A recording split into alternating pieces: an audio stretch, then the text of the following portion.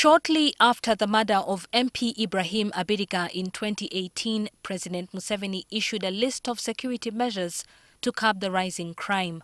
Among these were the installation of security cameras in different towns and cities, especially on the highways, and the acquisition of electronic number plates for all cars and motorcycles. Now, 5 years after that directive, the plan seems to be becoming more definite, with joint stock company Global Security, a Russian firm, signing a contract with the government to supply the digital number plates and to execute a compulsory digital surveillance system. The system is designed to monitor vehicles, motorcycles and other vessels within the jurisdiction of Uganda through a chip installed in the number plate. Initially, the project was to be rolled out on 1st July. The deadline was pushed to 31st October, and now the date has been set at 1st November. Prior to the new dates, Kampala City Traders Association, CACITA, petitioned Parliament about what the traders described as unfairness in business, especially for those who are dealing in vehicle tracking systems. These issues were the center of investigations by the Parliamentary Committee on Infrastructure, which among other things discovered that joint stock company Global Security had no fitting places. Later, the Minister of Internal Affairs, Major General Kahinda Otafire, informed Parliament that he had written to the President warning him about dealing with a Russian company. In short, the police says the two systems are incompatible. The police is insisting we should go for the third phase of the CCTV. It would play the same role as what these people are suggesting. The revelations prompted the Security Minister, Major General Jim Muhwezi, to call for a meeting between the Ministry of Works and Transport, Joint Stock Company and CACITA, which happened in Kampala on Wednesday.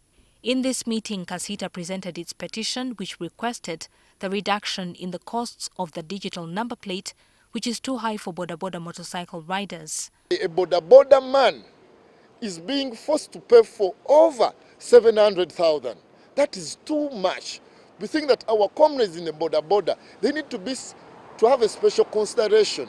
The prices still remain 714,300 for both cars and motorcycles. The ones for those who currently own vehicles but would want to change to the new registration plates, vehicles will pay 150 and the motorcycles will pay 50,000.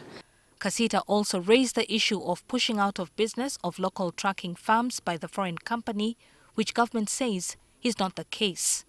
So people will still privately, if they so wish, use private players other than the current company that is going to issue the number plates. So they are not, this project is not driving anybody out of business. According to the Ministry of Works and Transport, joint stock company Global Security is supposed to build a factory which will produce the plates. However, CACITA still feels that this locks out the local firms. Still, we thought that they could go into partnership with the existing manufacturing companies like GM Tampeco. The current providers bring in blanks and then do the finishing work from here. But they don't produce, they don't manufacture the blanks. They import them. But now what is going to happen is that we are going to have a factory in the country that will be able to produce the number plates.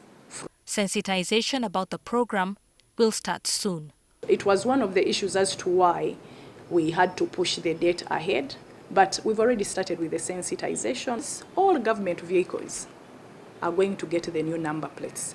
Then any ordinary Ugandan will be able to change their number plate within a period of 2 years. So you have a grace period of within 2 years, about 23-24 months from the start date of the project. A digital number plate is a vehicle-mounted identification device that emits a radio signal for tracking and digital monitoring purposes.